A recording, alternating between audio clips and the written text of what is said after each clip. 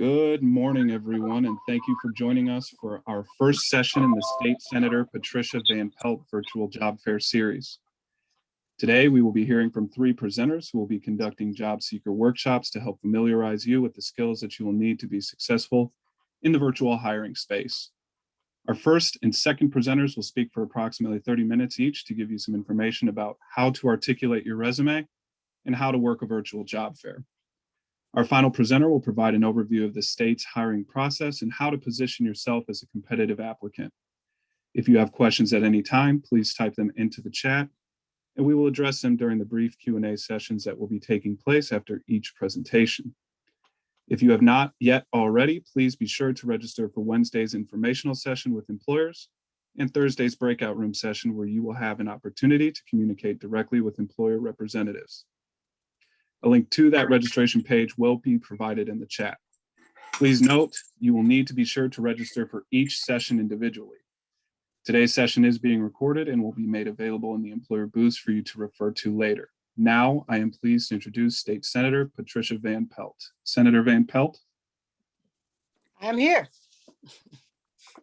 I am here. Thank you so much. Good morning, everyone. I'm State Senator Patricia Van Pelt, and I'm representing the 5th District. And I just want to really congratulate all the job seekers for coming here and taking this journey with me and with the Illinois WorkNet, the Department of Employment Security, and the Chicago Cook Workforce Partnership. We also have Commissioner Dennis Deere and Alderman Walter Burnett from the 27th Ward here with us. And I'm grateful for all of the employers for participating in this event, which you'll learn more about over the week. So you'll learn more about each of these employers over the week. But I know in the past years, this past year has been made extremely difficult to find and maintain employment.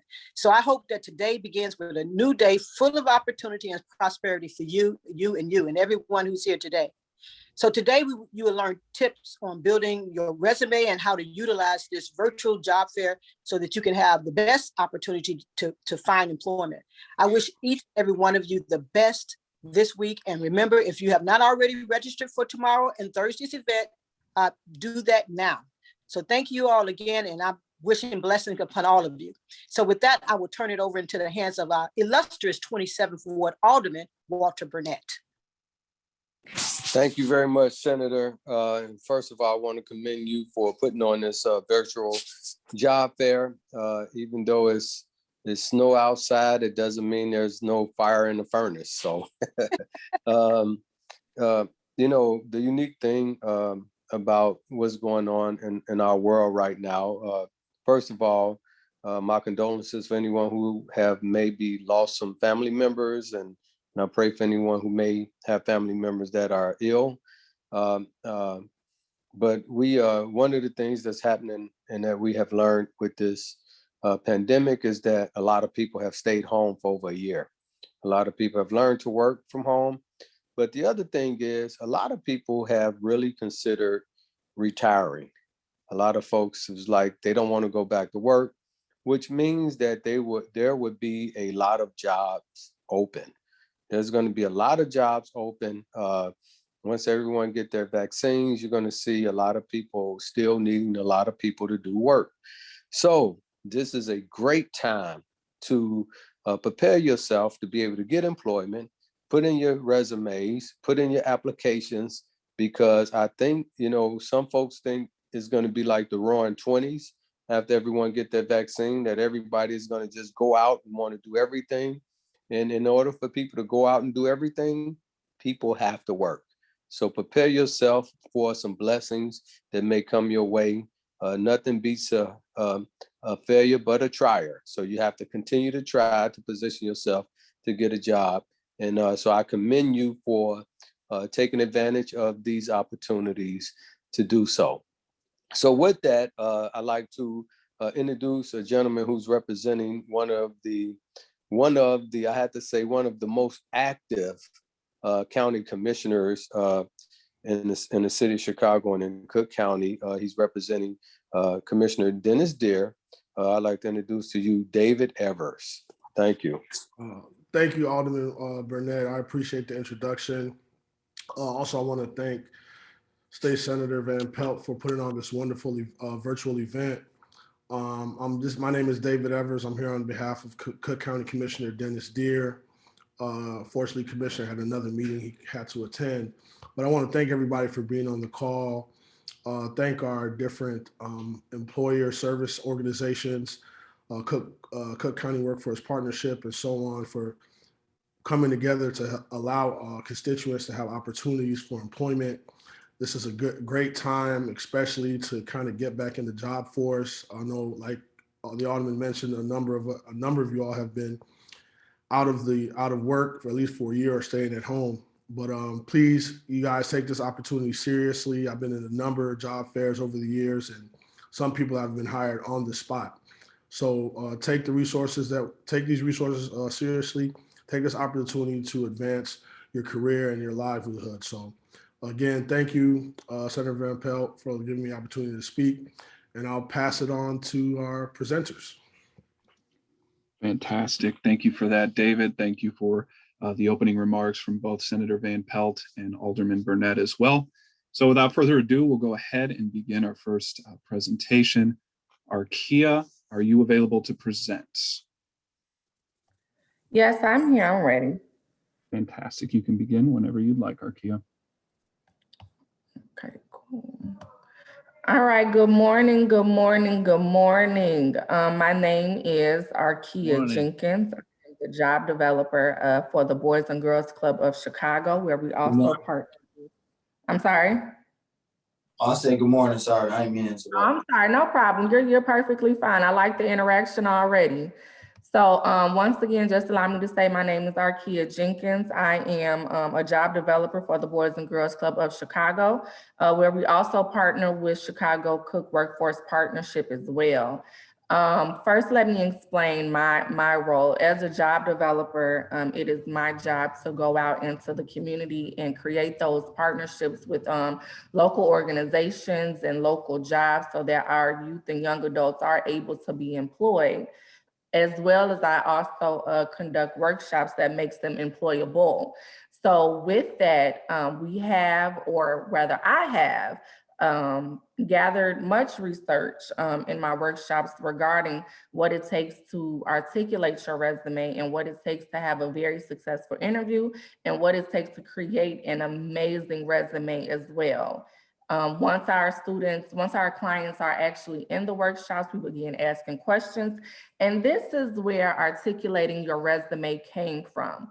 A lot of the times when our 16 to 24-year-olds come into the office, they either don't have a resume or they're unsure of how to say what's on their resume or how to even articulate their qualities that's presented on their resume. So this particular workshop is geared towards those individuals who may need a little bit of assistance with that portion. When we go into our interviews, we may be a little anxious, we may be a little sweaty, because we really just want to get the job and we're trying to get the money. However, by the end of this workshop, I hope that you guys are able to become a bit more confident in what you have to say, in articulating your resume and representing who you are and in representing what's on your resume to the best of your ability. As you can see at the bottom, we have articulating your resume using the workforce formula. 5W plus 1H equals success. If we can click to the next slide. So what exactly is 5W plus 1H equaling success? No, it is not math, guys. For one, I hate math. It makes my head hurt. But it is the most simple way to remember how to go into an interview and 100% slam the interview to make yourself successful. So this is my personal formula to have an amazing interview and being able to articulate that resume perfectly. So no, it is not math. No, it is not arithmetic. It has absolutely nothing to do with that. I would not do that to you guys on this morning. Next slide. All right, so our 5W plus 1H equals success. How many of us have ever went to school and were taught how to properly put together an essay? I know I was when I was in 8th grade on up into high school. This was basically how we were to format our essays. We used the when, where, what, who, why, and also how. Anytime you hear a story, anytime you go in and tell a story, anytime you want to articulate or elaborate in an interview, this is the formula that you would like to use. 5W plus 1H equals success. I am hoping that by the end of this workshop, you guys have that in your head. 5W plus 1H equals success.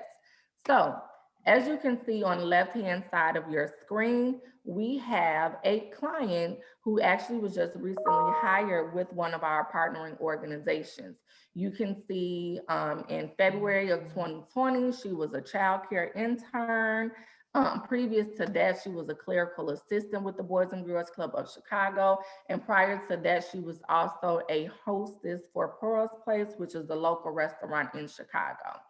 So when this client particularly came in, she stated that she did not know what to say when she went into those interviews. They would ask, can you tell me about a time when you exemplified being caring? Or can you tell me about a time when you exemplified having conflict resolution skills? Or in fact, what was your favorite position that you've ever had, and tell us why? A lot of these questions is where our clients stammer. A lot of these questions is where we pause and we say, our hands are sweaty, our armpits get a little sweaty. And because we really just want to rush through that interview, we just try to say something quick and vague. But I want to tell you guys that when you are in an interview, this is not the time for you to be vague. This is not the time for you to downgrade your qualities. This is not the time for you to just run through it. This is the time when you are able to show that company who you are, what your qualities are, what you can bring to the table. This is the best time for you to do it. Next slide. All right, so when, where, what, who, why, and how.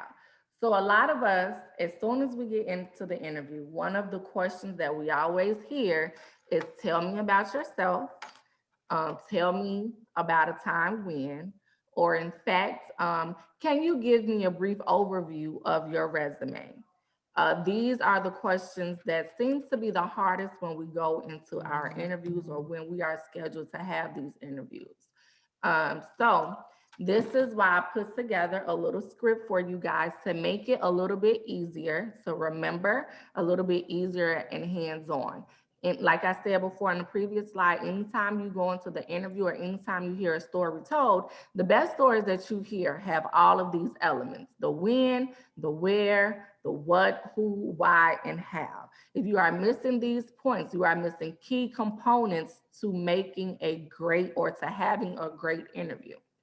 So let's just say the question just so happens to be for this individual. Can you tell me about a time when you had conflict resolution skills while working in any of these positions? And this was actually one of the questions that was presented to the client, and she had a hard time explaining it. So during one of our mock interviews, I went over it with her, and we're going to do that now. So in 2018, when I was working for, and then you always want to make sure that you line it up with your resume. And once again, always bring in a resume with you to your interview to make sure that you and your interviewer are following along with each other.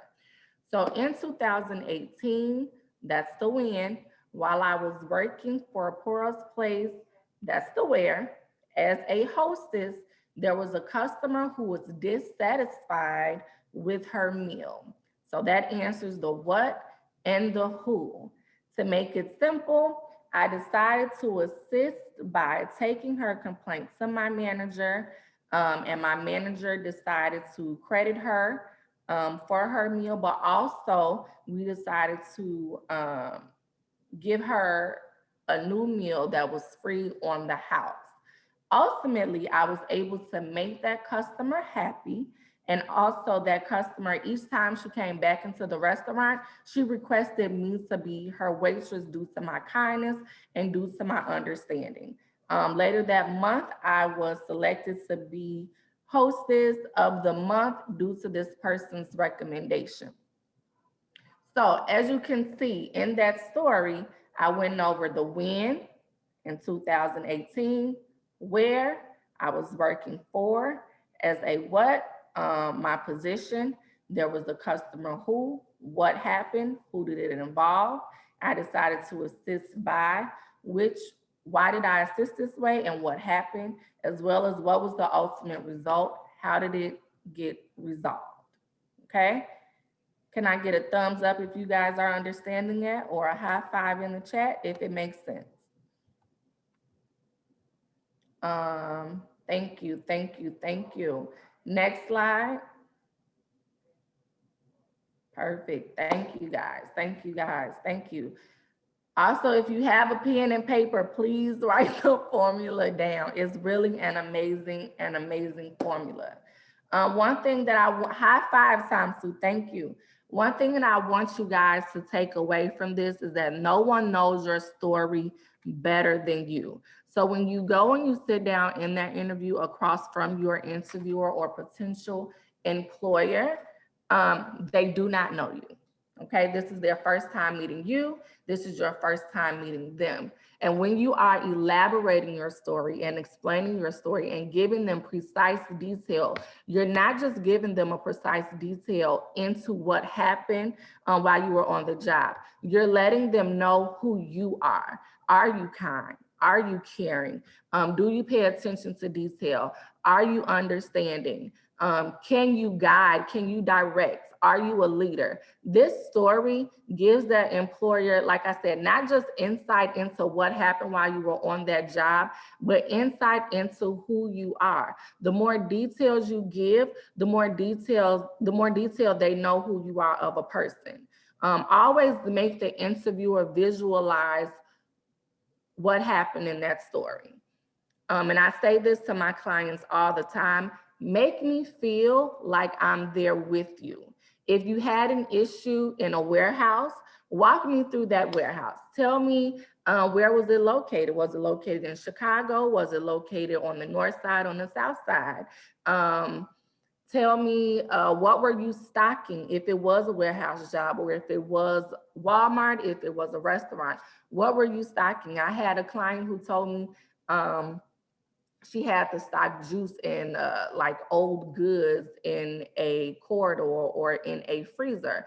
And that instantly took me back to a big freezer and having to stock those items and making it look organized for the next shift. Most importantly, guys, and this is my favorite one, take your time. It is very essential that you take your time. Do not rush through this process because, as I said, it gives the employer the chance to get to know you as a person. And all you really have to do is just tell them a specific story about a time when you were on the job. No one knows that story better than you. Okay, so let's not go into the interview and say things like, oh, I used to work for so-and-so back in the day, and I had to stock stuff, and it just seemed really fun that they had me to do that. So that's how that position went. We never want to rush through the story because, one, that shows lack of detail. And when someone gives you lack of detail, it kind of makes you wonder who that person is a little bit more. So once again, no one knows your story better than you. Because of this, you have to explain in precise detail exactly what happened with your 5W plus 1H equals success formula. Make the interviewer seem like they are there with you in the story. Most importantly, take your time. And I did not put this in the presentation, but always make sure that your interviewer be so precise in your storytelling or in the detail that your interviewer does not have a follow-up question.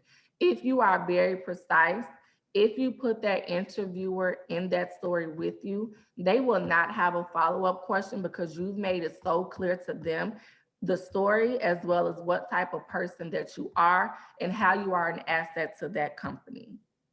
Okay? Did we have any questions, any comments? Did anybody want to take a stab at presenting the 5W plus 1H equals success formula? Next slide. Awesome, awesome. Fantastic. Well, thank you for that wonderful presentation, Arkia. And I just do want to reiterate, if any job seekers that are on the call have any questions for Arkia regarding articulating your resume, please feel free to enter those into the chat and we'll get those questions answered for you at this time. If we do not get any questions at the moment, you need a few minutes just to think about or marinate on what Arkia just presented. Please feel free to still enter those questions into the chat. And if we move on to our next presenter, we could still circle back around and get those answered for you, time permitting with all of our other presenters that we have on the line. So thank you so much for that presentation, Arkia. And again, to the job seekers, just want to reiterate, if you do have any questions, don't be shy. Enter those into the chat and we'll get those answered for you. In the meantime, it does not appear that we've got any questions thus far in the chat, so we'll go ahead and keep things moving here with our next presenter, and that will be Doug. And Doug will be presenting over how to work a virtual job fair. Doug, are you available to present? I am. Fantastic. So you can begin whenever you're ready, Doug. Yeah. Good morning, everyone. My name's Doug Nestingen. I'm with the Westside American Job Center. We're ran by KRA and we are funded by the Chicago Cook Workforce Partnership. So I'd just like to thank them and the Senator for allowing us to participate in this event, and I'm very excited about being here. So we're going to talk about how to work a virtual job fair here. And the thing to remember about a virtual job fair is it's similar to a regular job fair. It's just that you're not there in person. So you're always there. And as Arkia said, you want to be able to articulate that resume and be prepared for that situation when it comes up. Go to the next slide. So at a virtual job fair, you're going to be interacting online. So obviously you have to be able to manage your computer or your phone, whichever you're using. It's going to allow you to do several things. One, you could upload your resume, and you can also speak directly to recruiters and human resources and hiring managers. Next slide, please. So the next thing is the 11 steps of planning and preparation for the job fair, and which the first would be to identify virtual job fair opportunities. We can go to the next slide.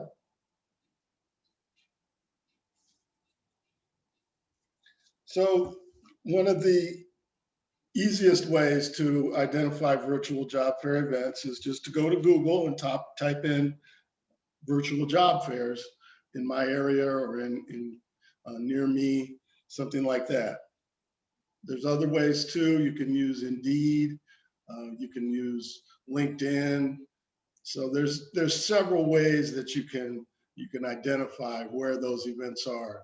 You can also, if you're connected to one of the American Job Centers, they often send out invitations, as well as with Illinois WorkNet and the Chicago Cook Workforce Partnership's Career Connect portal.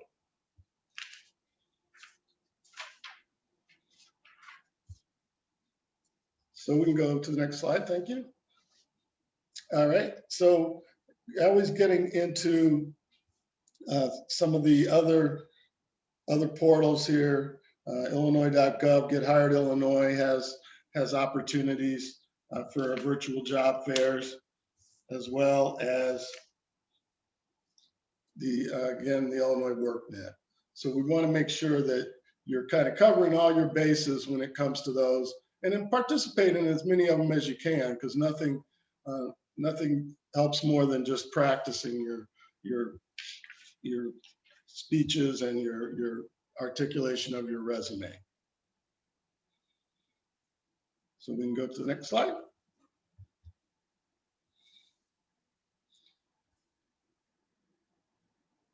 So we can, the best thing to do is to make sure that you're registered for the event ahead of time. If you are not, oftentimes you won't be able to get in. So like if you didn't know that you weren't registered, you might try and get in and the time will have passed, and so you'll miss the opportunity to get in. So make sure that you register and give them all your information up front. Next thing you need to do is to research the participating employers. So make sure that you get a list up front and you know who these employers are going to be. You will be able to get information on them through things like Glassdoor. You can get information off LinkedIn. They might have a Facebook page or anything like that. And then use those opportunities to also go on their website and see exactly what positions they're looking for. And then that'll help you to be able to target your resume and your speeches towards that when you're answering interview questions. So the next part would be is to select your workspace. So it's very important that when you are doing a virtual job fair that you are in a quiet place, you don't have any distractions around you. Make sure you turn your cell phones off and make sure that you don't have anything else going on. So I know I've helped people, and while I was interviewing them, the dog might start barking or their kids will come in or something like that. So try and control that as much as you can. I understand with the pandemic, everybody's in a little bit different situation, a little different space right now, but we have to make sure we're putting our best foot forward when we're at a job fair. Next slide.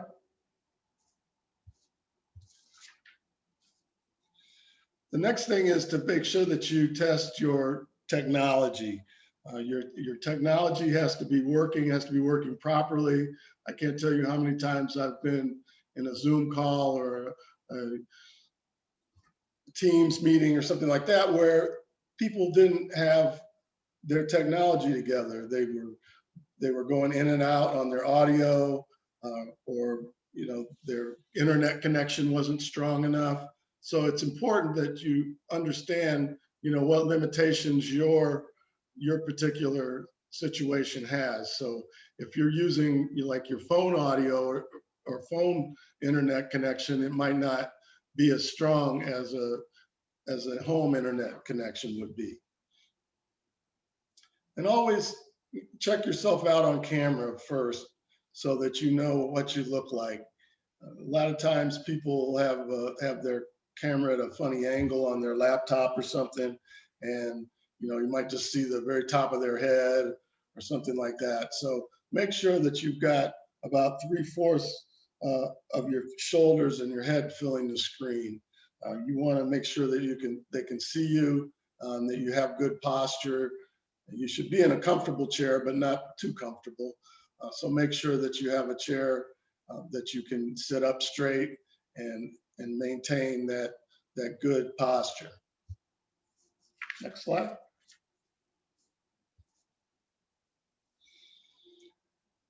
So when you're developing your resume, make sure that you've targeted it for the positions that you're applying for. You want to be conscious of, again, what you did your research in the previous part of the presentation. We want to make sure that you know what positions you're going for, what positions the company's hiring for. You've read those job descriptions. You've tried to put those keywords in because they are going to put you through an applicant tracking system. So applicant tracking systems work like a a human resource recruiter used to do.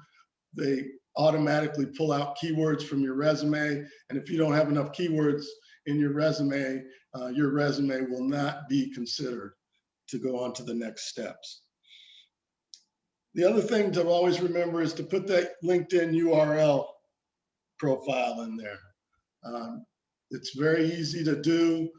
When you go to your LinkedIn, you can just go to the part that says me, and then you can go to view your profile, and then it gives you a chance to edit your profile, and it'll show you what your LinkedIn URL is.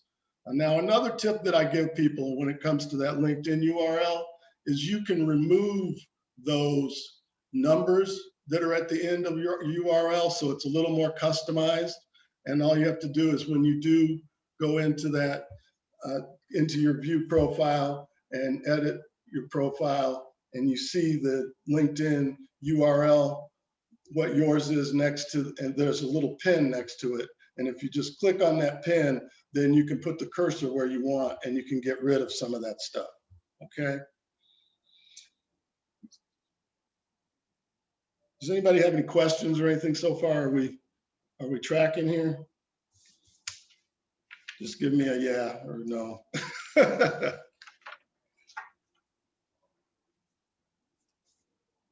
Thanks, good, okay.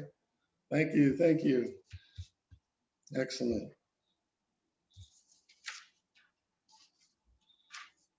So the next thing is to prepare your elevator speech. Now, an elevator pitch is just a quick blurb. It's about 30 seconds long. And what I'm going to do is I'm going to give you a few pointers on those. So when you're doing one, you want to definitely mention your goals. And it's called an elevator pitch because you should be able to say it in the time that it takes you to go on the elevator with somebody to a floor. So that's why it's called an elevator pitch. So what you want to do is definitely mention your goals. You want them to be able to be specific. Again, like Arkia was talking about, be specific, but don't ramble. Know who you're talking to, and be ready to follow up if necessary. So what I'm going to do is I'm going to put one in the chat here.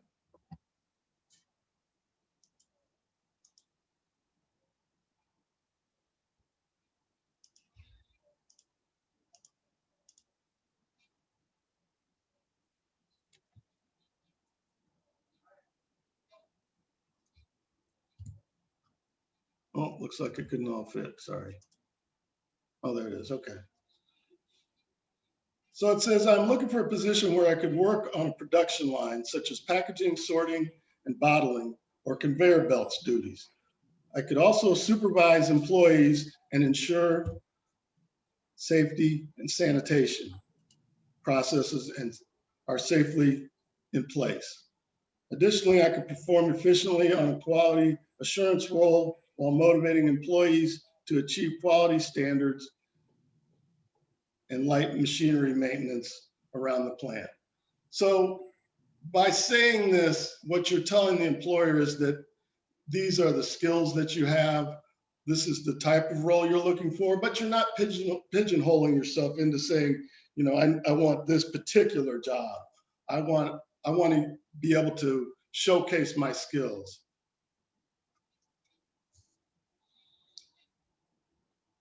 So when you're doing your elevator pitch, just be careful, not to ramble, get it down cold and make it natural. You don't have to say it exactly the same way every time, but just understand that you need to be conscious of other people's time. And if their eyes start to glaze over after 35 or 40 seconds, then you know that it's probably not reaching them.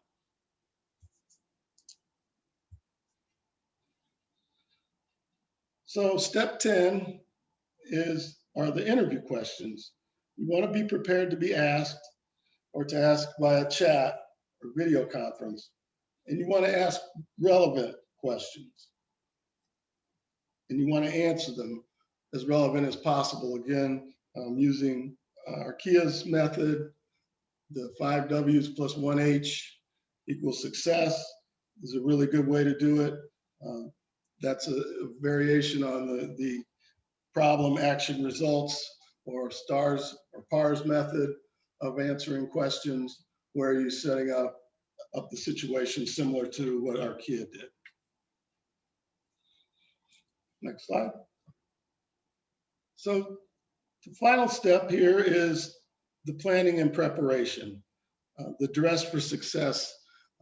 You want to remember that even though you may not be physically there, you still have to look like you want to work. So if you've got a shirt and a tie and a jacket, that's great. If you don't, try and do the best you can. A shirt and a tie would work, or a shirt, a nice shirt, dress shirt. But know too that you don't want it to be too flashy. You want it to be kind of a little bit generic in a sense. You don't want to use like flashy colors and things like that. And again, be conscious of your background too, because you don't want your background to be clashing with something that you have on. So the lighting and all that kind of stuff is important too. So that's another reason why you should check that.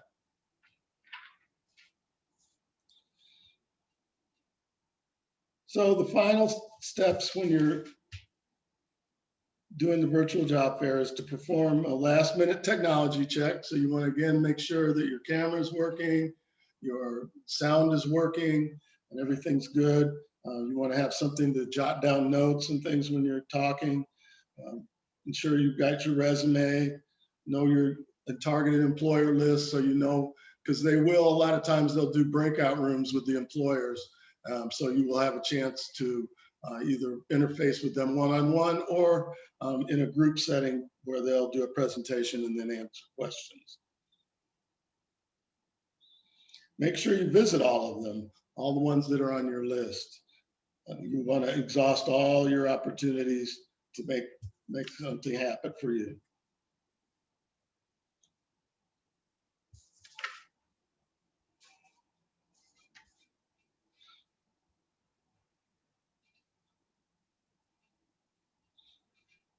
So make sure that you exhaust all of your employers on the list, and then make sure that you're accessing a variety of resources through the site.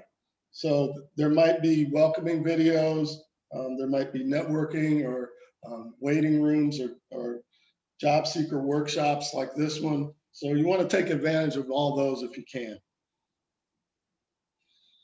So another type of virtual job fair event, they'll do robotic or what's called artificial intelligence. So there won't really even be a real person there, that they'll interact with job seekers just without a human being there. They'll be actually just either a video of someone, or it will be a situation where they're just answering questions.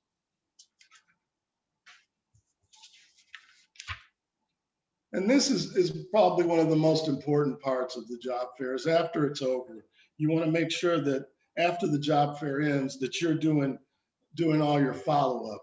So you want to make sure that you send a nice email thanking anybody for their time. Make sure you get their contact information if they're giving it out. Make sure you try and connect with them on LinkedIn, and so that they know that you're going to be the same type of employee that you are a job seeker. You're going to be assertive. You're going to follow up and do the things you said you're going to do. You're going to fill out those applications. You're going to submit those resumes. You're going to send the thank you letters. And I even like to go one step further if I can, and try and put in a phone call. I'm not saying to harass them or anything, but try and put in a phone call just so that they know that you're still interested and you want this job.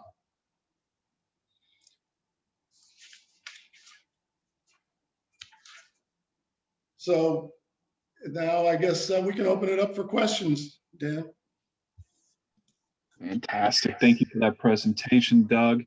And as Doug just stated, we just want to reiterate, if you do have any questions for Doug regarding how to work or navigate a virtual job fair, please feel free to enter those questions into the chat. We'll get those answered for you as soon as possible. We did get some general questions in the chat, so I'd like to take a moment just to address those real briefly.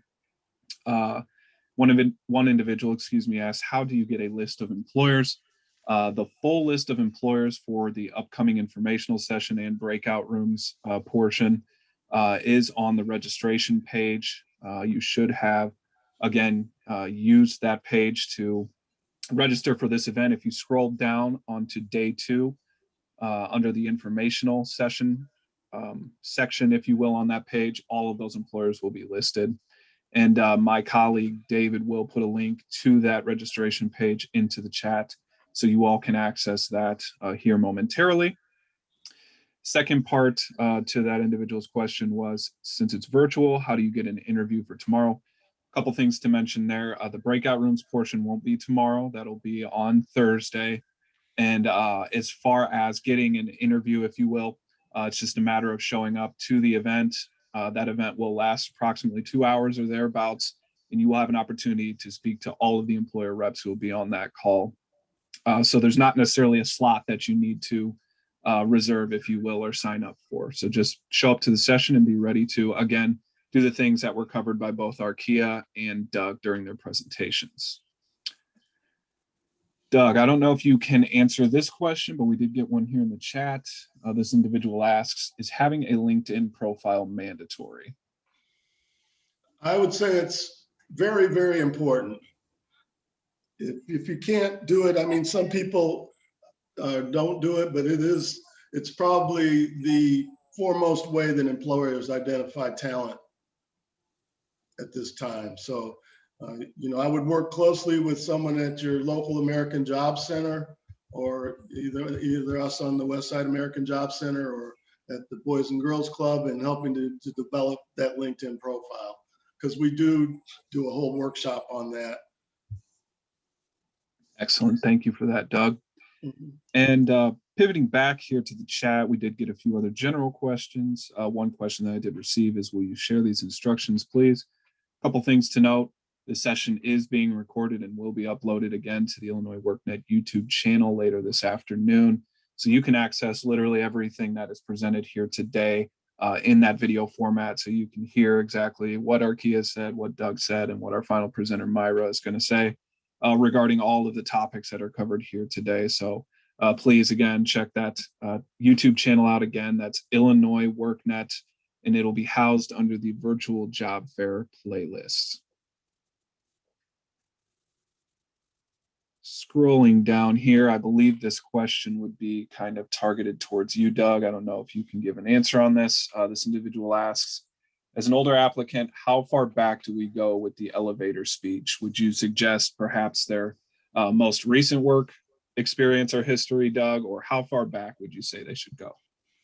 Well, with the elevator speech, again, you're kind of showcasing your skills, and it's important to understand who your audience is as well.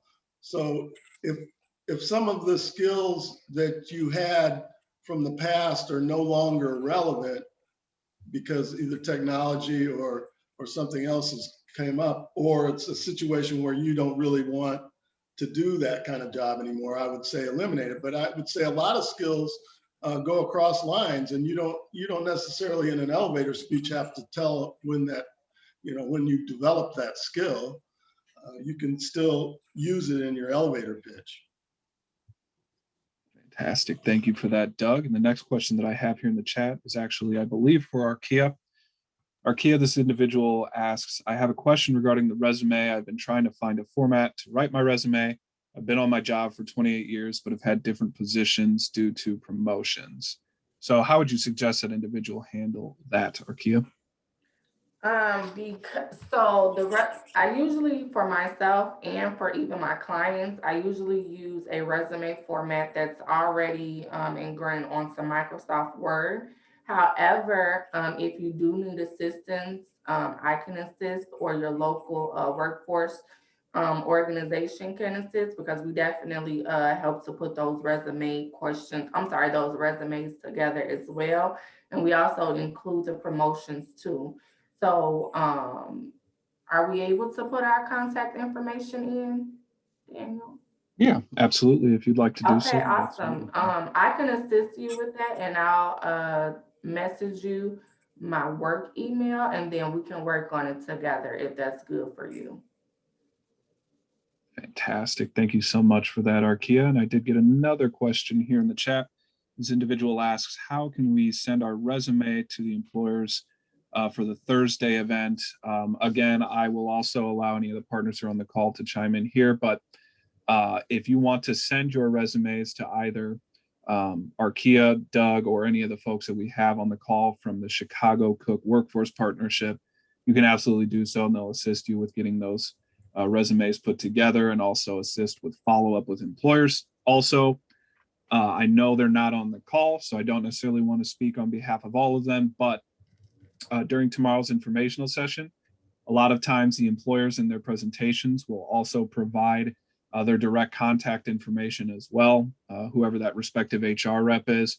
So assuming that that's the case, if they do decide they want to provide their contact info, you can also direct any questions, resumes, follow up to those employer reps directly as well. And again, that information, if it is going to be presented, will be presented tomorrow during the informational session. So please, plan to attend that session.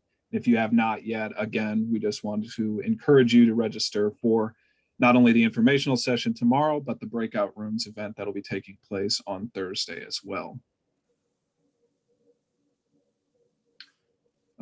Taking one look here at the chat before we move on to our third presenter here. Again, Arkia, I believe this is a resume-centered question.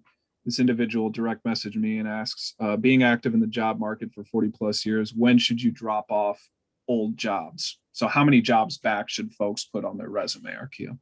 And for myself, if the job isn't geared towards what the role that you're going for. So a lot of our clients, they're going for a career coach or a warehouse job, but they still have like Burger King or McDonald's or Marshall's.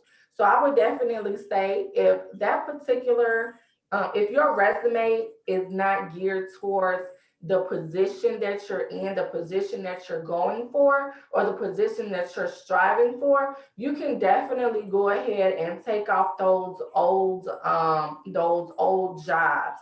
Anything that's like fast food, retail, like I said, for myself, it's no, like if I was going for a probation officer position, nobody needs to know that I used to work for Rainbow or for Burger King when I was 16 years old. So those 16 to maybe 21-year-old jobs, those are the jobs that you're actually able to take off if it is not geared towards your purpose or your goal. Does that answer the question? I do believe so. Thank you so much for that, Arkia. No and again, problem. Fantastic. So we do have approximately a few more, let me see here, about 5 minutes or so left to devote to job seeker questions for this first portion of the event. So I just do want to reiterate, if any of the job seekers on the call have any questions for either Arkia or Doug, please feel free to enter those into the chat and we'll get those answered for you. I did see a question here in the chat. It's pretty specific. I don't know if any of our reps would be able to address that question. The question is, how do you address the separation that is in a legal case with a new employer in an interview?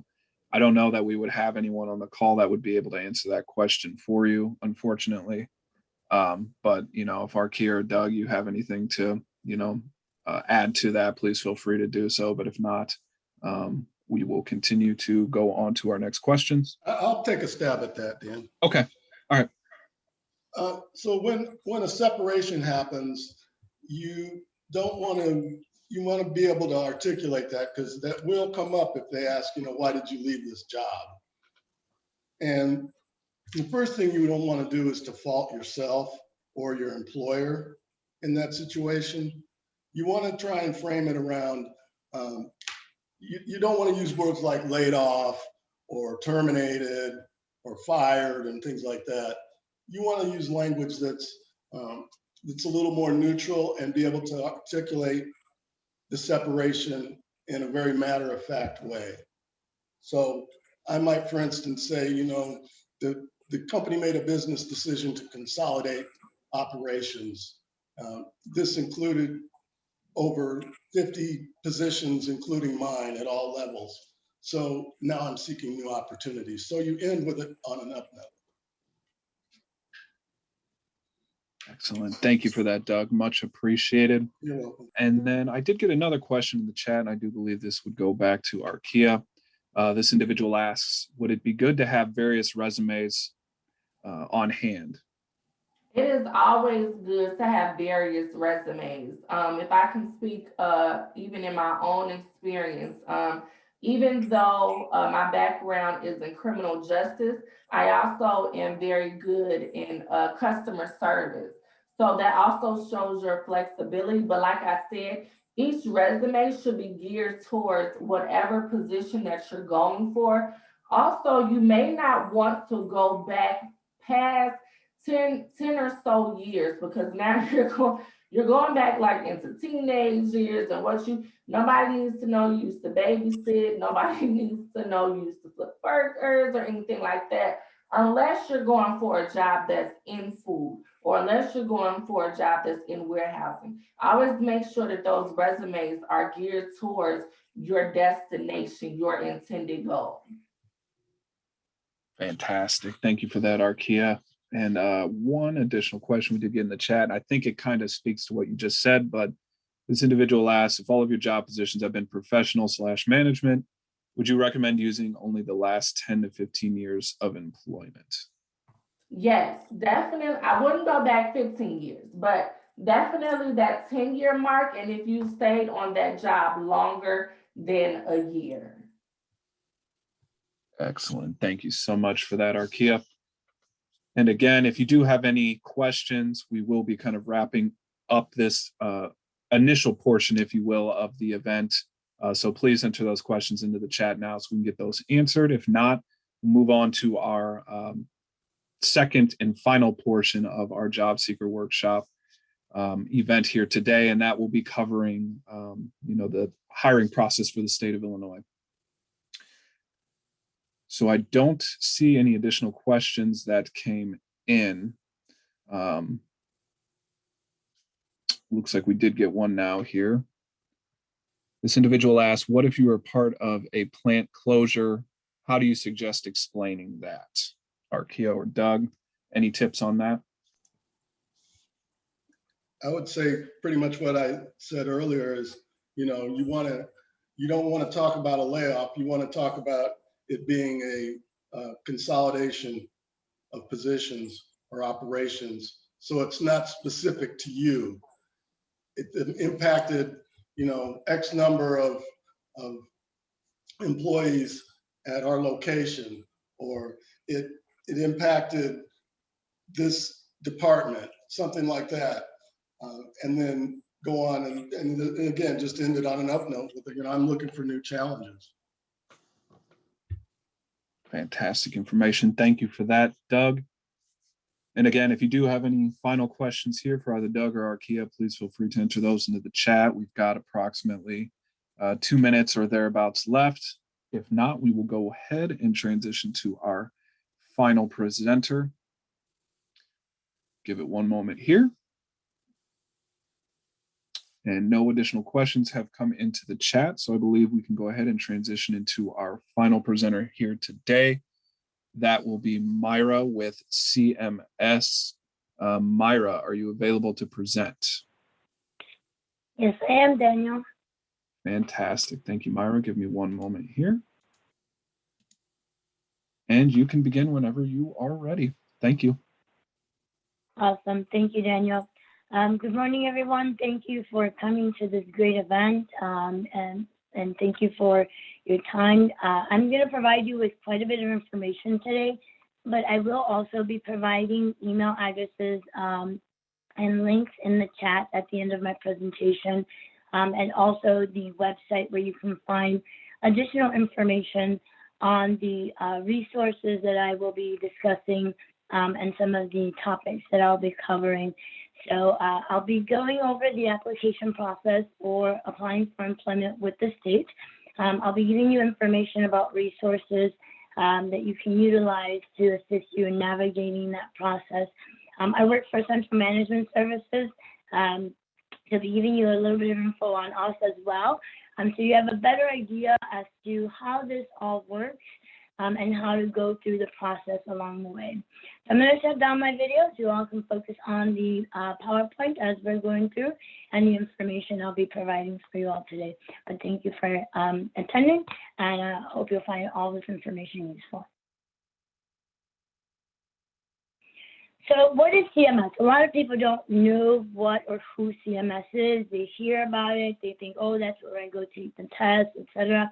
But CMS is actually an agency that provides support to the other state agencies that are under the jurisdiction of the governor. And we provide support in a variety of different ways to assist them in providing the best service to the residents of Illinois. But among those services and resources and support that we provide, we do have support that is specifically related to HR and the application process for the state. We facilitate human resources for these agencies by providing a platform where all of the agencies can post all of their vacancies. So if you go to work.illinois.gov, you will actually find the vacancies for the 45 agencies under the jurisdiction of the governor.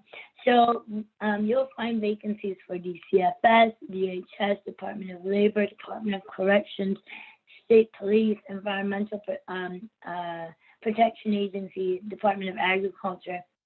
So you will be able to go to this website and have it be your one-stop shop for all the opportunities within these agencies. It provides the agencies one place to centralize their information and guidance in how to put these postings available to the public so that they are accessible to them. We also provide a centralized evaluation process for the agencies. So a lot of people worry about testing, grading, and the application process for the state. And we're the agency that does conduct those evaluations so that when the agencies meet the candidates at that point, they already know that the candidate has been evaluated and is qualified for the position and can focus on making sure that the candidate and the position are a good fit for each other. We also do provide resources to applicants to assist them in navigating this application process. We do realize it is very different from the private sector. Some of the things I'm going to tell you today will contradict some of the information that you've already been given. And because of that, we do have resources to help you navigate the process and leverage those resources to help you take advantage of opportunities. There are a lot of benefits of working for the state. One of those is professional growth. There's definitely room for professional growth with the state. Not only do you have room for growth within the agency that you come in through, but you can also move up and advance through other agencies as well. So you can actually come in a position in one agency and promote to a position within another agency. So there's definitely a lot of room for growth. We also have an upward mobility program that is available to state employees. It's an internal program that provides them guidance and goals. So you would meet with a upward mobility counselor and you would determine what would be your target title and find that path that gets you to that title. So you'll know the route that you need to take to get to your end goal as far as your career with the state. There's also bilingual pay for positions that are specifically coded as bilingual. And so that you get that skill pay for that particular, utilizing that skill in those positions. And benefits with the state as far as health starts day one. So the first day you step foot in that office or in that location for your first day of work, you have medical, dental, and vision benefits that day. So there's no waiting 30, 60, or 90 days to get your health benefits with the state. And for those individuals thinking about, well, what do I do after I'm done with my career? there's a pension plan. So the state does offer pension plans, so you can think long-term about your career with the state. So some of the key points I'm going to go over in this process are identifying the titles, how to go about doing that, resources available to you that you can leverage in the process, how to submit applications, and give you some information on grading so you have a better understanding of how that works and what to do to get to optimize your opportunities of getting the best grade. In identifying the job titles, you can actually do this yourself by going to our website. You can actually do keyword searches. You can search by locations. You can search based off of the state agencies. So you can search also based off of the category of the industry and find the different vacancies that are available at that time. But we do also offer career counseling, and we offer it through the local assessment centers. There are counselors that focus on working with veterans, and we do also have 2 additional counselors through the diversity enrichment program. So there's assistance to help you navigate as you are seeking the titles that you want to target, which is very helpful because you will find that the names of positions with the state are not necessarily going to be the same names that you will find in the private sector. And so it will be confusing for individuals, you know, well, is this storage clerk position in retail? It's actually not. The state has a storage clerk position that is actually a warehousing position for the state warehouses where they keep supplies. So career counseling will help you break through those filters. There's 2 routes of getting career counseling. One is via mail. So you can mail your application to CMS. You send it to one of the assessment centers. I will show you the addresses in a bit, but they're also on the website. And you'll put in a note indicating that you are requesting counseling by mail. In that note, you want to indicate the counties that you want to work in, if there's a specific industry or type of work you're seeking to follow or seek out with the different state agencies, if there's a specific agency that you're interested in. Any parameters that you want to stay within, you want to make sure to indicate those in that note that you send in along with your application. And the reason that you want to put that in there is because you want to make sure that the titles that you get back are in line with what your career goals are with the state. And so the counselor will utilize that information to make sure that they're giving you appropriate titles. The other route to request career counseling is to do it by email. And so you would send the application to the cms.counselingbyemail@illinois.gov email address. And in the email, the body of the email, you would put all of those same parameters and details as far as what you're looking for, where you're looking to work, what you're open to, etc. So that when they assign that to the counselor, they'll have all of those details to work with. What will happen once the application is received is that it is assigned to a career counselor, and that career counselor will review your application. They'll identify any errors that they might find on the application, and they'll give you recommendations as to things you might want to elaborate on in the application. One thing that a lot of people don't realize is that our application requires a lot more detail than the resume would normally have. Whereas in a resume, you want to condense and summarize and save space. In our application, you actually want to go into the details of your responsibilities to show where you utilized your skills. And so I'll give you a bit more, a few more tips on the application once I cover that. But you always want to keep in mind that when you fill out our application, the more information you give us, whether it be for career counseling or for applying for a position, the more information we have to work with as far as the skill sets that you want to show. The counselor will also identify the titles that they're going to recommend for the applicants. So once they've seen your experience, your education, your background, they know the parameters that you're looking for, then they will go ahead and identify those job titles and give you those recommendations. You'll receive the job descriptions, and if the positions require exams, you'll also receive the test guides, along with an explanation of the steps that you'll take in the application process for these titles. So you'll have a pretty good understanding of what you need to do, what titles you need to look for, and what kind of edits and corrections and expansions, elaborations on detail you'll need to make on your application to have your best application going forward. The state has a Successful Disabilities Opportunities Program, and this is intended to provide individuals with disabilities more access to employment opportunities with the state. Now, to be a part of the SD program, you do have to be a customer of the Department of Human Services, Division of Rehab Services, and we need that to have the specific paperwork and file. All we need from your counselor with the Division of Rehab Services would be the certificate of eligibility. But there are a lot of benefits of working with the DRS counselor. They do provide a lot of other resources that are definitely useful for applicants, not just with applying for the state, but also in seeking other opportunities outside of the state as well. We will also need the individuals to fill out the application. So we'll need that certificate of eligibility and the application for the positions that the individual is looking to be eligible for. And then that will also allow us to provide them the opportunity to be on the SD list as well as the open competitive list.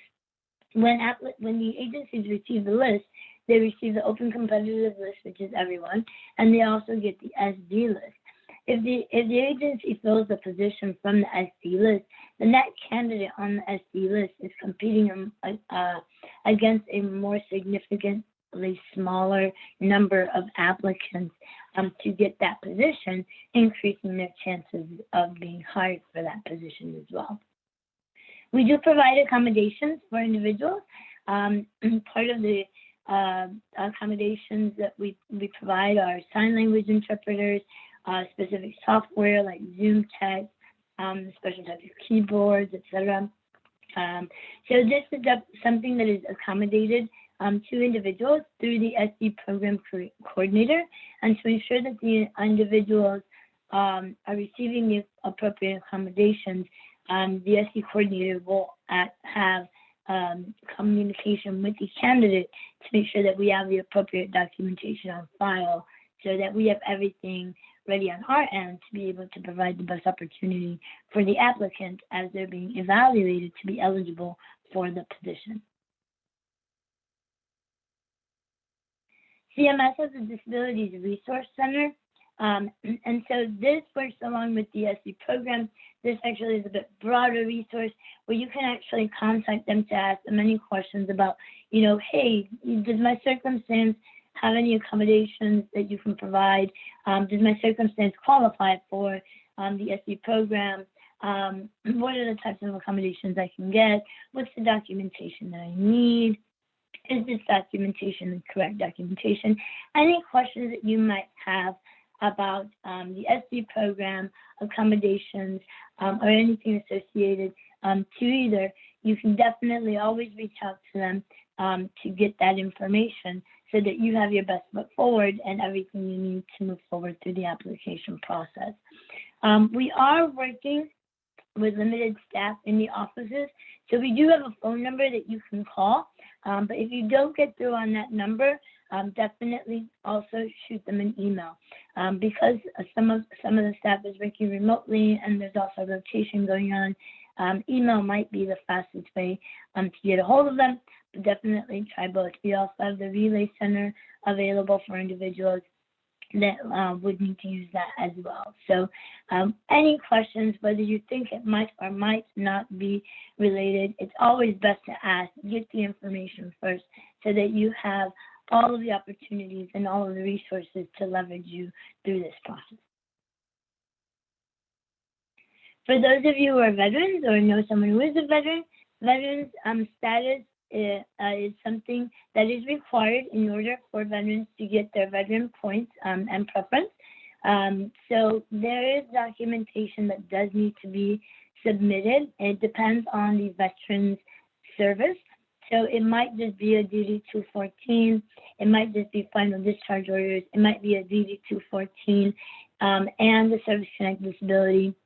And so this is something that's available to veterans and military personnel who are also still enlisted. And so the documentation that's needed will vary, and questions that you might have about documentation, you can definitely direct to the Veterans Outreach by email at illinois.gov. And they would be able to answer any questions that you might have as far as, is my DD 214, is this the version that you need, etc. Because we do need the longer version of the DD 214, the one that states the character of service. And for individuals who have a service-connected disability, we do need that letter to be dated within a year. So if your letter is older, or was issued previous to a year ago, then you're going to want to make sure to request a new one so that you can submit that new one. Now, they're not looking at your percentage, they're looking that you were awarded the service-connected disability. But any questions associated with veteran status, establishing it, and veterans preference can definitely always be directed to the Veterans Outreach by email at illinois.gov. And again, I will be putting all of these emails in the chat at the end of the presentation, so you all will have access to be able to copy and paste them off of your screen or screenshot them off of your screen so that you can have it all in one place. The state also utilizes bilingual options, like I mentioned earlier. Some positions utilize bilingual skills. Not all of them do. And it's usually positions that are facing the public. And so different positions will utilize a different number of positions, a different number of languages based on the need. For example, the social services career trainee, that position utilizes a wide number of languages, where you might have some other positions where they only have a need for individuals that are bilingual in Spanish or Polish or Chinese Cantonese or another specific language based on the region that they're servicing and the clientele that is within that region. Now, please make sure that you're always looking at the posting. If the posting says opt and has an initial on it or option and then some sort of number or letter combination, always look for the definition of what that code stands for. Typically, 2 letters will stand for a language option. Some of these will be like SS for Spanish speaking, PO for Polish speaking, AR for Arabic speaking. So always make sure that you're reading through these postings thoroughly to make sure that you're applying to a vacancy that is with one that is appropriate for you, that is within your career goals, and that way you'll have the best chances of getting to that interview and getting through that interview successfully. They will evaluate this fluency, so you do want to make sure that if you are applying for a position that is a bilingual coded position that requires a bilingual skill, that you are fluent in that language. One thing that you can do if you are bilingual and you are applying for a position, but it does not have a bilingual option listed, when they contact you to come in to take an exam, you can let them know that you are bilingual, and you can ask them if that position that you're testing for utilizes a bilingual language. And if it does, you can actually get that grade duplicated for the bilingual list for that title, so that should down the road a bilingual title, a bilingual vacancy for that title opens up, you will already have the grade on file. And I'm going to go over the grading soon, so that will make a little bit more sense in the next few minutes. For this application process with the state, for all of the bargaining unit titles, you're going to utilize the CMS 100. And the CMS 100 is available to you all on our website at work.illinois.gov. You can click on any of the postings and you'll see it says this is a bargaining unit title, et cetera, et cetera. If you scroll down, you will see the link for the CMS 100. What you want to do is open that link and save that PDF document on either your computer or your flash drive or wherever you'll be able to access it to edit and enter your information after you've gotten off the web. And so you'll save that application, you'll fill it out, and you want to put as much detail as possible on that application. So this is very much the opposite of what you do on a resume, and more similarly to what you do in an interview. As Tia mentioned earlier, no one knows your story more than you. And so you have to put your story on this application, and you have to put your skill sets on this application by listing the responsibilities that utilize those skills. Okay, so you don't want to tell me I'm proficient in PowerPoint. You want to state how you use PowerPoint, the frequency that you use PowerPoint. What were some of the features that you use PowerPoint? For example, I utilize PowerPoint on a weekly basis to create presentations utilizing graphics, data, links to the internet and media files for presentations associated with outreach and recruitment. So if you put that on there, that lets them know your proficiency on PowerPoint. But if you only say I'm proficient in PowerPoint, I don't know what you can or can't do or how proficient that really is.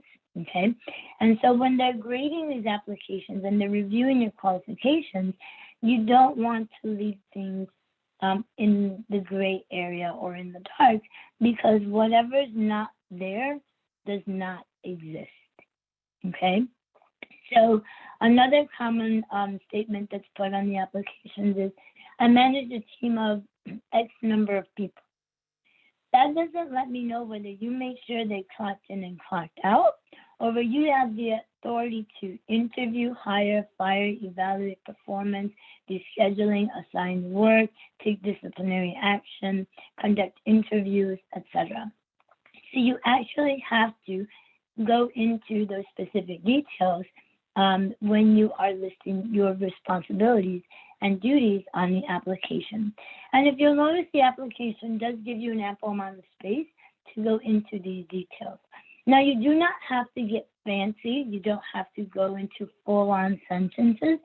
Brief statements of what you've done will be sufficient and efficient for this process.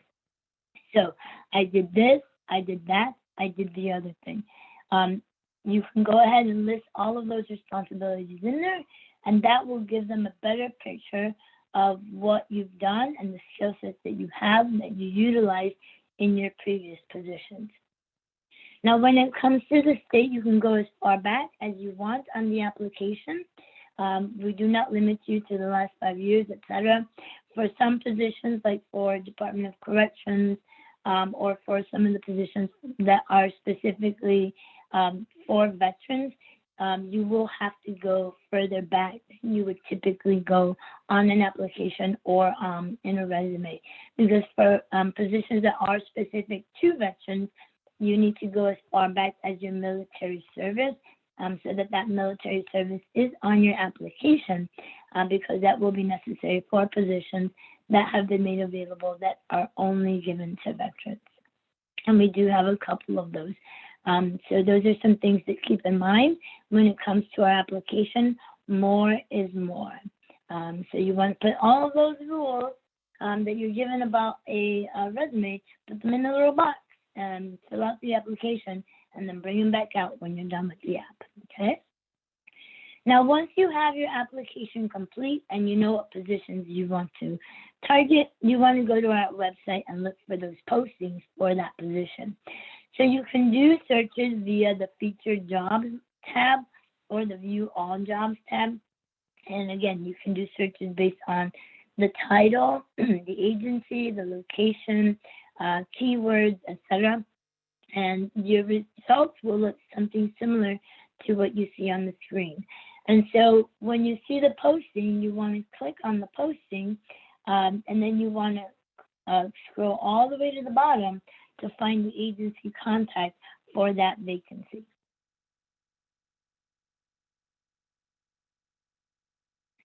When you find the agency contact, you want to make sure to read through that information thoroughly. The reason you want to do that is because many times on these postings, you will find the work location and a different address for the agency contact. You will always send your application to the agency contact on the posting. And so some of the agencies will give you specific instructions as to how they want to receive the application. For example, this agency here, they want you to email it, and when you send in the email, put the bid ID number in the subject line. Or you can also mail it through regular post office mail, and they've given you the address of where to send it. Some of the agencies will let you fax it in. Some of the agencies will only let you email it in. Some of the agencies will want them via mail. So you want to make sure that you are looking at the postings very carefully so that you have the correct information and that you're taking the proper steps when you are submitting your application for a particular vacancy. And you are not limited on the number of vacancies that you can target with the state. Remember, this is your one-stop shop for the different state agencies. So you might see an opportunity with one agency and another opportunity with another agency, and you are able to apply for both. We do not limit you on the number of positions that you can target, so you do not have to limit yourself within our application process. There are 5 testing centers. We have Chicago, Springfield, Champaign, Marion, and Rockford. These are the 5 locations where you would go test if a position would require an exam of you. Not all of the positions require exams, but there are some that do. And for those positions, these are the locations that would be able to provide you the exams. The way testing works is that once you've submitted your application for a position, if that position requires an exam, when testing is available for that position, that vacancy, you will be contacted by the test center staff. For the candidates going through the SC program, you will be contacted by the SC coordinator, and they will schedule your exam for you so that you can come in and take your test. Now, these test centers are operating under COVID guidelines for everyone's safety. So testing is by appointment only. You do want to make sure that you are there for your appointment because there is limited space when it comes to the exams. They will not allow you in too early. And if you miss your exam, you'll have to work with them to see if it is possible to reschedule. So if you know you are not going to be available for a scheduled exam, you need to definitely reach back to the test center to let them know so that you can see what your options are at that point. But you do want to make sure that when they contact you to schedule your exam, that you pick a time that you know you're definitely going to be able to make. You have to present a current government issued ID or driver's license when you're checking in. So that's either the driver's license, a passport, a state ID, etc., so that they can process you for the exam. Most of these exams will have a time limit of 90 minutes. We do have a select few exams that are 2 or 3 hours long. And for individuals that are going through the SC program, the extra time that is going to be based on the accommodation that is provided for the candidate. So their time limit would be different, and that information will be provided at the time of scheduling the exam. So you want to keep in mind these time frames, but when they schedule you for the exam, they'll give you again an idea of how long you can expect to be there and what's the maximum amount of time that you are allowed for the exam that you will be taking. All of the exams are administered on a computer. They're all touch screen. Again, we are operating under COVID safety guidelines, so they take precautions to make sure everything is sanitized when they are administering these exams, so that is something that you will not have to worry about when you are coming in. But you will be taking these exams on a touchscreen computer. All of these exams are multiple choice, so you're picking A, B, C, or D. And as soon as you're done with the exam, the same day you take the exam, you are given your grade notice, so you'll know where you stand for that title. The grades that are possible through testing are A, B, C, or fail. And once you have that grade, it stays on file for 1 year from that date. So if you come and you take an exam, let's use the office associate, for example. You come and you take an exam for the office associate and you ace that exam. You will be on that A list for 1 year. So if you happen to not get hired for that office associate vacancy that you applied for, in a few weeks down the line, you see another vacancy for office associate, you'll be able to go for that office associate title without having to worry about retaking the exam, because you already have your A, so you don't need to retest. And that will put you on the A eligibility list for that title. So you want to make sure that you're striving for that A. Now there's no high A or low A. The number doesn't go in the system. It's just A, B, C, or fail. And they are working out the structure for retaking the exam. They're still working through some backlogs on the testing. So that I don't have all the details as far as how they will be structuring the retest for positions, but I will have that information hopefully soon. The other route for receiving a grade is a TRAX evaluation. So you'll send your application to the vacancy, and then the agency will send all of the applications to the CMS grading department for evaluation. Now the evaluation is going to be based completely off of the application and the information that you have put on it. So this is when it becomes very crucial. If they're looking for a specific type of experience and you haven't spelled it out for them, you won't be able to get the credit. For the testing positions, the details are important because you still need to show that you qualify for the position before they allow you to test. For the non-testing positions, your grade is based completely off of the information that you provide. So you need to make sure that you're thorough about your responsibilities, your education, your training, your experience, so that they have as much information as possible to give you credit for. And it's okay to repeat on the application. And so if you had experience managing and conducting interviews in one position, and you also had that experience in another position, and one position was 1 year and the other position was 1.5 years, they compile that, and now they can say, well, you have 2.5 years of the interviewing management experience, so that we're going to give you credit for.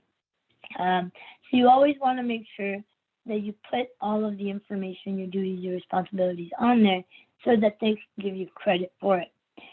For those of you who have college coursework, you want to make sure that that information is complete. If the education portion is not complete, then they will have difficulty giving you credit for information that they are missing. So you want to make sure that your information is complete. And all of that will be utilized to determine your grade. But you do want to, first and foremost, make sure that you check the requirements of the position. If the position specifically states that you need a degree in a specific field or a specific number of credits in a particular content area, you need to display that on your application. If it does not show that on your application, you won't get the credit for it and you won't get the qualifying grade. So make sure that you're reading thoroughly through the job description and thoroughly through the requirements of the position so that you are showing that you meet all those requirements on your application. For all of these non-tested titles, the grades are sent in the mail, and the grade that you will receive will be A, B, C, or fail. Now you'll notice that some of these grades will also say SP and on the side. Those are for candidates on the SD program. There's both tested and non-tested. For the SD list, you either pass or fail. So if you get an A, a B, or a C, you go on the passing SD list. For the open competitive grade, you'll go on the A list, the B list, or the C list if you pass the exam, depending on the grade that you receive. For the TRIAX, it will be the same. So you will have an A, B, C, or fail. And for the SD candidates, you'll have a pass or a fail for that SD list. The grades for these will be on file for 1 year as well. And for these positions, if you don't get the A when you get your grade back, you can appeal. And you can appeal and argue that grade and submit additional supporting information so that your grade can be re-evaluated and you can get an updated grade should that information be sufficient to change your grade. So sometimes we've had situations where a person didn't get a qualifying grade because they were missing information that was crucial to the qualifications, or they didn't add enough detail, or they didn't sign their application, or there was crucial information missing. That's something that can be corrected. So you always want to find out if it's something that can be corrected so that you can resubmit and get your qualifying grade through the appeal. Now, there will be instances where maybe the individual misinterpreted the requirements and, you know, they're missing some credits to be able to meet the requirements, or they're missing some experience to be able to meet the requirements. And in that case, they would not need to, they would not be able to change that, but at least they would know what they would need to meet the qualifications for that position. We also have a new online application, and this is only available for the merit comp positions. So when you're reading through this posting, you want to make sure that you're reading thoroughly. If it says this is a bargaining unit position, that will go through the process that I just explained. If the position says that it is a merit comp or that it is not a bargaining unit position, you will apply directly online through that vacancy that you are looking at. So you want to make sure that you're reading through the vacancies thoroughly. And if it is one of the merit comp titles, you will read through the information. And at the bottom, you'll see that there is a link, a little box where you can click on apply to start the application process. For these positions, you will not be able, you will not need to use a CMS 100 application. There is no CMS testing. They will go based off of your answers to the questions that you've provided and the documentation that you have uploaded into the system for your profile and uploaded to that vacancy application. You will need to create an online account through our website for these. So you use your email address. This is similar to what the information will be required of you. And you'll be able to upload documents like your resume, your experience. It'll tell you what jobs you've applied for. You'll be able to input your information on your education, information on skills, certifications. Geographic mobility is the locations that you're interested in working in. And so all of this candidate profile information will be utilized when you're applying online. If you're targeting bargaining unit positions, you may still want to also get started on this because we are working our way to being able to have all of the positions allow you to submit your application and your information via the online portal. We just haven't gotten there yet for all of them yet, but that is coming down the pipeline. So for those of you who are targeting the bargaining unit titles, you might want to get a head start and start getting familiar with these fields and entering your information. For those of you targeting the merit comp, all of that information will be populated into the online application for those positions. So there are two current processes. There's the bargaining unit title and the online process titles. Again, for the bargaining unit title, you do the CMS 100. You submit it via mail or email to the agency contact on the posting, and you'll get an evaluation based off of an exam or an evaluation of your training and experience. and that will lead you to the interview process. For the online titles, you will complete an online application and submit all of your information via the link on the posting, and your evaluation will be based on the online submission, and that will set you up for the interview process. You are able to create job alerts for all of these positions, so you can actually go on the website and create a job alert. You can create job alerts based off of the vacancy titles, job alerts based off of counties. When they become available, you'll get those notices in your email.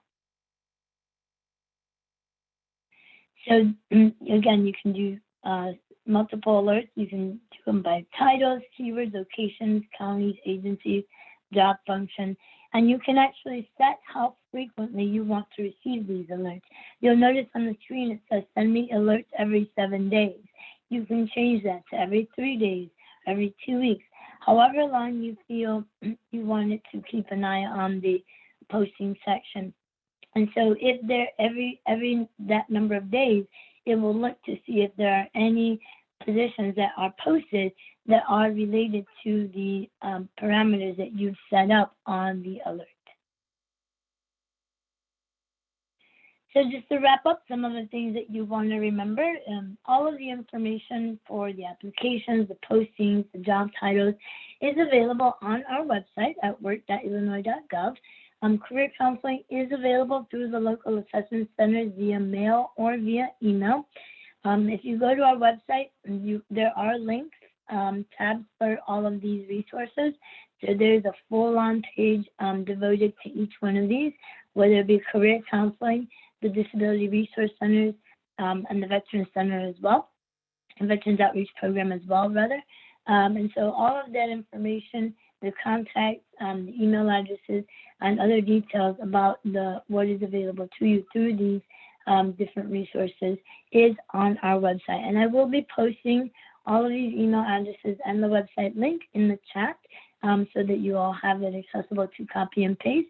And for those of you who are on mobile devices, this would be a good screen to screenshot so that you can reference back to it with regards to the website and the email. Again, there are many benefits of working for the state. Remember that appointments for testing will be scheduled by the test center staff. You don't call them, they call you. The best grade you can get for the positions that are going through the bargaining unit titles are an A or a P or a passing for the SD list. And your eligibility period lasts 1 year from the date it was issued. Remember that there is a new online process for some of the positions, so keep an eye on the website for vacancy updates and for opportunities for you to target with the state. CMS is on LinkedIn. You can reach us through there, get more information about us, what's going on with CMS, take advantage of the free webinars that are available, and they have informational posts. And you'll notice that all of these agencies now, with the pivot after COVID and relying more on the virtual world, you see a lot more of the state agencies in social media.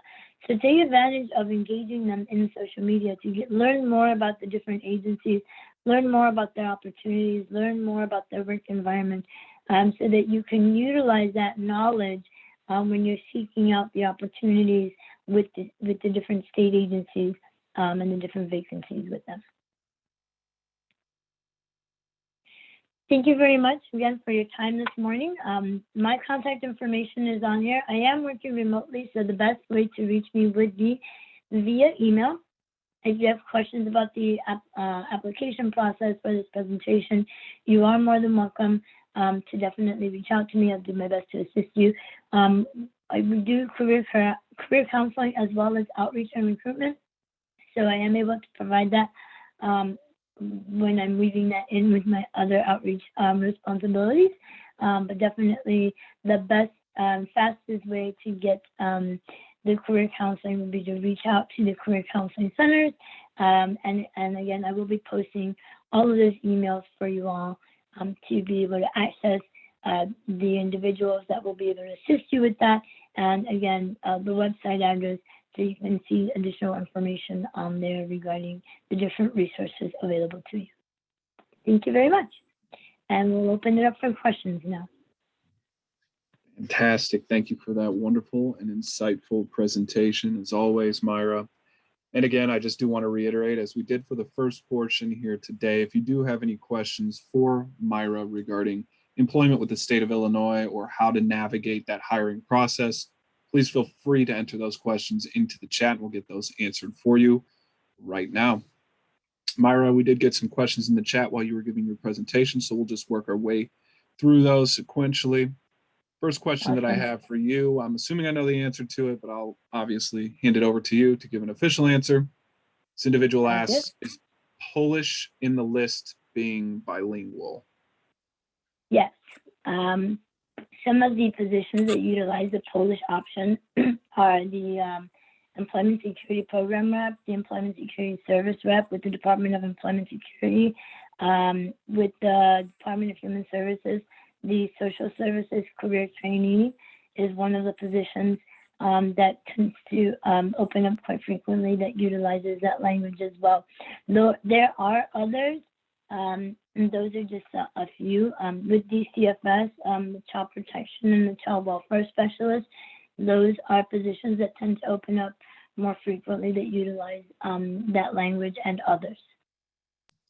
Excellent. Thank you, Myra. And I'm not sure if this job position that I'm going to ask you about here is one that's available with the state, but this individual asks, how can I get a notification when a mechanical engineering role is available at the CMS system in Chicagoland?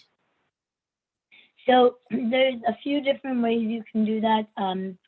They are tweaking out the job alert system because there were some glitches where it was giving excessive notices.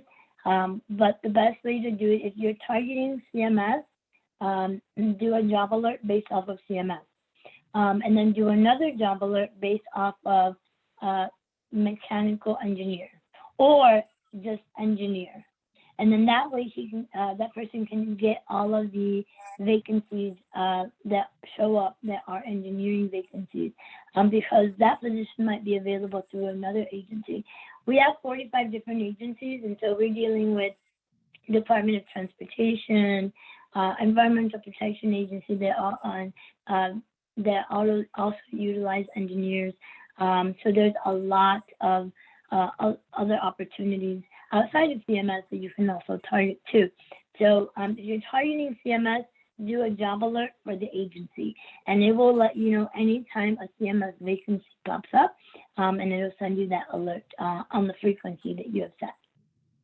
Excellent. Thank you, Myra. Next question that we got in the chat here, this individual asks, can you get employment with the state if you owe state taxes? So if you owe state taxes, that's something that the Department of Revenue will work out with your employment. So that will not necessarily impede you, but just know that once you are working for the state, I'm sure that Department of Revenue will contact you so that you can make arrangements. Thank you for that, Myra. Next question that I have here, this person asks, if a person has a disability and it's not listed on the job application, can that person still apply for that desired job? You can apply for any job that you like. You do not have to self-identify as that you have a disability. It's completely up to the individual.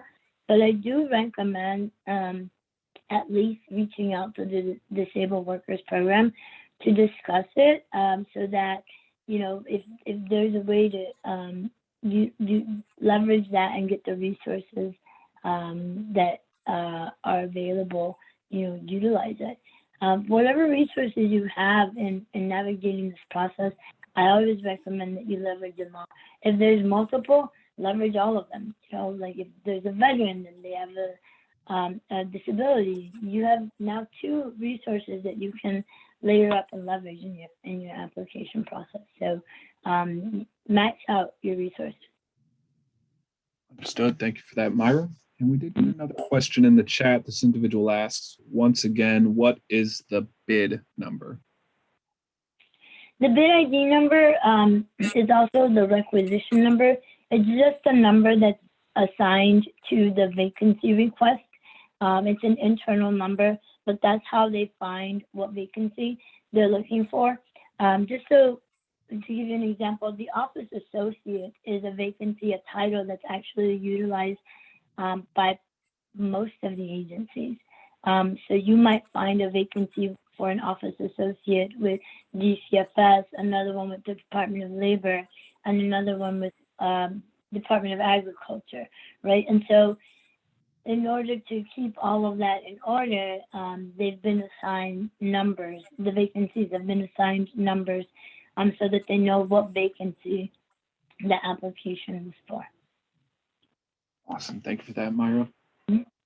Next question that I have here, this individual asks, are there any study materials for these exams that you covered here today? There are test guides available for the positions that require an exam. They are available on the website if you go through the application process link. But also if you go through career counseling, you will be able to get that through the career counselor as well. Fantastic. Thank you, Myra.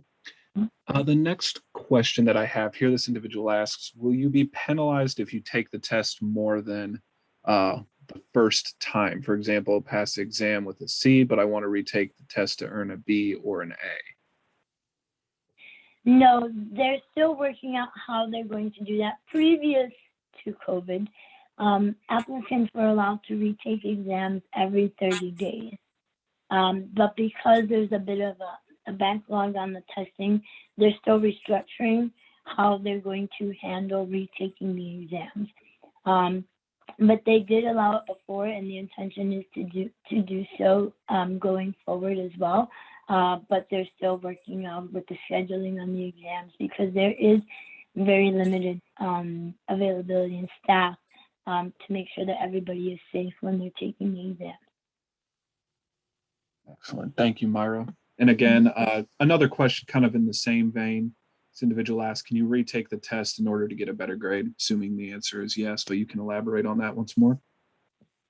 So it will allow you to do that when it comes to retaking. Just continue bidding on the vacancies or applying for the vacancies. And when the opportunity to retake the exam is there, they'll let you know. So you may not be able to retake the exam for the same vacancy, but if an opportunity opens up for you to retake the exam for another vacancy, that's where you'll get that break. Awesome. Thank you, Myra. Another question that I received here is a direct message. This individual asks, I've worked in the job market continually for 38 years as a professional or management position without college experience. Will the non-college education hinder me from obtaining a similar position with the state? Yes and no. So there are positions where they allow you to substitute the college with experience. And so you want to read thoroughly through the job descriptions. If it says requires 4 years of college or the equivalent, then you can substitute experience for that college requirement. If it specifically says it requires a degree in a particular field and experience, then there won't be a way to forego that college education requirement. So for some positions, yes, but for some positions, you won't be able to. Fantastic. Thank you for that, Myra. And then another question that I did receive here in the chat, this individual asks, how do I connect with the counselor? I missed that portion of the presentation. Can you just briefly walk them through how to do so, Myra? Yes, so there's a page on our website that's for career counseling. I'm also going to put, actually, let me do that now. The link, the email address where individuals can send their application for career counseling. And so what they will do is they will send their application in an email and indicate that they are requesting career counseling. And then the application will be assigned to a counselor, and that counselor will then provide them the information. So I just put it in there. It's the second bunch of words right there. So career counseling through assessment is available through the local assessment centers via mail or email. So you do have the option of mailing it in to the testing centers, and then they will go ahead and assign the application to somebody, or you can also send it via email. And then they will send you the information back based on the way that you requested it. So if you requested it via email, they'll send it to you in an email. If you requested your career counseling via mail, they'll send it to you via mail. Because a lot of the career counselors are working remotely, we're also doing some of the communication is being done strictly via email, and some of the communication is being done via audio communication via a WebEx platform. So there may be opportunities to have a conversation with the career counselor, depending on whether they're reaching out to you from the office or if they're reaching out to you remotely. Excellent. Thank you for all that wonderful information, Myra. And Myra, we have approximately enough time left here in our session today for one question. The final question that I do have for you, again, is kind of a hypothetical. This individual asks, if you pass the test with an A and you don't receive a call for the position, after a year, do you have to retake the test? Yes. So if you pass the test with an A and you don't get hired by that particular vacancy, keep an eye out for other vacancies, because not getting hired from one vacancy does not impede you from getting hired for another one. So if you pass that test with an A for an office associate, we'll use that as an example, and they fill that position and you're not the candidate, then keep an eye out. Another office associate position might open up with another department or another agency, or within that same agency in a different department, and you can go for that and be eligible for that and possibly get your foot into that one. So one thing that you do want to keep in mind is that you don't want to approach this in a limited manner. Look at all the opportunities that you can go for, and go for all of them. Excellent. Thank you so much for that, Myra. And with that, we'll go ahead and conclude our portion or session here, if you will, covering the state hiring process. Again, Myra, thank you so much for your time today. A lot of wonderful information covered here for folks who are not familiar with the process or perhaps just needed a refresher on that. Thank you again, Myra. Thank you for having me. Absolutely. And with that, we'll go ahead and wrap our session up in its entirety. Again, we want to thank all of our presenters here today who carved out times in their schedule to present here today. So thank you to Arkia and the Boys and Girls Club of Chicago. Thank you to Doug and the Westside American Job Center. And of course, thank you to Myra with CMS for your time today and sharing all of this wonderful information with our job seekers who are on the call. Just a couple minor points that I want to note here again before we wrap up. If you have not yet registered for tomorrow's, well, not just tomorrow's session, but also Thursday's session as well. If you have not yet registered for each of those sessions individually, please be sure to do so. My colleague David has entered that registration link into the chat there. So if you click on that, you'll be able to go on that page and register for both tomorrow's session, the 21st, and for Thursday's session, the 22nd. Please be sure to register for those if you want to attend those. Another point, again, I know we mentioned earlier, but want to just reiterate, is that this session today has been recorded. So if there was something that you missed or just need to be refreshed on, no worries. Again, it has been recorded and it will be uploaded to the Illinois WorkNet YouTube channel later this afternoon. Again, thank you to everyone who attended today, to the elected officials, to the job seekers, to the presenters. Again, thank you all. We hope that it was fruitful, and we look forward to seeing you both tomorrow and Thursday. Thank you, everyone.